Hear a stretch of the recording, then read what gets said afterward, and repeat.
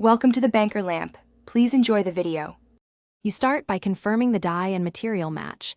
Measure thickness and align the die edge to your cut line so the first pass is accurate.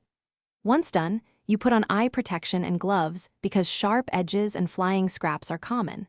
Make sure the material is clamped or tacked. This prevents shifting during the initial strike. Use a slow trial press or hand crank stroke to feel the die engagement before full force cutting, because controlling the first cut prevents misalignment. You now set the press height and dial in pressure. Start low and increase until you see a clean cut through. This saves dies and material. Once adjusted, add a backing board or stripper to support the sheet and eject the part cleanly, which reduces burrs and jams. Make one controlled full stroke per location, then lift and inspect the cut edge for completeness.